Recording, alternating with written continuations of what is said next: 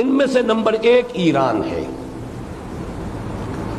اگر ہم چلتے ہیں عرب سے مشرق کی طرف تو ایران پورے عالم اسلام میں یہ واحد مسلمان ملک ہے جس نے بہرحال اپنی شریعت اپنے عقائد کے مطابق ایک مذہبی انقلاب برپا کیا، اور پورے عالم اسلام میں مذہبی سطح پر حکومت کی سطح پر فنڈامنٹلسٹ صرف ایک ملک ہے۔ اس پہلو سے ایران ان کا ٹارگٹ ہے، ٹارگٹ نمبر 1 ایک خاص اعتبار سے۔ ٹارگٹ نمبر 1 ایک دوسرے اعتبار سے ہم ہیں، وہ میں بعد میں عرض کروں گا۔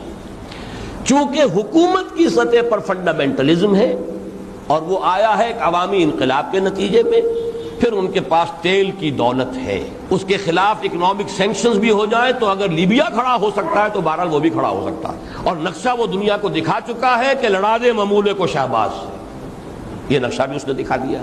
یہ ہے ایران کا معاملہ۔ نمبر 2 پاکستان۔ پاکستان 400 برس کی تجدیدی مساعی کا امین ہے، امانت دار ہے۔ پورے ہندوستان میں مجدد الفسانی رحمت اللہ علیہ، شاہ ولی اللہ دہلوی رحمت اللہ علیہ، سید احمد بریلوی رحمت اللہ علیہ، ان کا جہاد، پھر اس 20ویں صدی عیسوی میں یا 14ویں صدی ہجری میں علامہ اقبال جیسا مفکر، مولانا مودودی جیسا مصنف، مولانا الیاس جیسا مبلغ، شیخ الہند جیسا مجاہد حریت، پورے عالم اسلام میں ان کا پیرلل کوئی موجود نہیں۔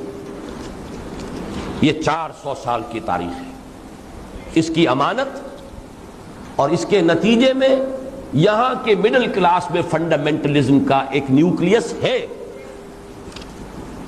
اگرچہ حکومت کی سطح پر کوئی پیش رفت نہیں ہو سکی آج تک، بلکہ اب تو پسپائی ہو رہی ہے، اب پیچھے ہٹ رہے ہیں۔ وہ ہمارے ان سیاسی جو بھی زعماء ہیں، جو جماعتیں ہیں، ان کی غلطی اور الیکشن ہی کو واحد میدان بنا کر اس کے اندر اپنا سارا وقت و توانائی اور قوتیں ضائع کر دینا، یہ ہے در حقیقت جس کا کہ یہ صدا مل رہی ہے کہ اس اعتبار سے تو پسپائی کی طرف ہے معاملہ، کسی پیش رفت کی طرف نہیں ہے۔ لیکن باہر والے تو دیکھتے ہیں نا کہ اندر کیا کچھ مواد موجود ہے۔ اگر مڈل کلاس میں وہ فنڈامنٹلزم کا بارود موجود ہے تو کسی بھی وقت اس کے اندر جو ہے وہ کوئی دھماکہ ہو سکتا ہے۔ دوسری بات جو ان کے لیے ایک اعتبار سے ٹارگٹ نمبر 1 ہمیں بنا رہی ہے، وہ ہمارا ایٹمک نو ہاؤ ہے، پورے عالم اسلام میں اور کسی کے پاس نہیں۔ اسلامی بم اگر بنے گا تو یہی بنے گا۔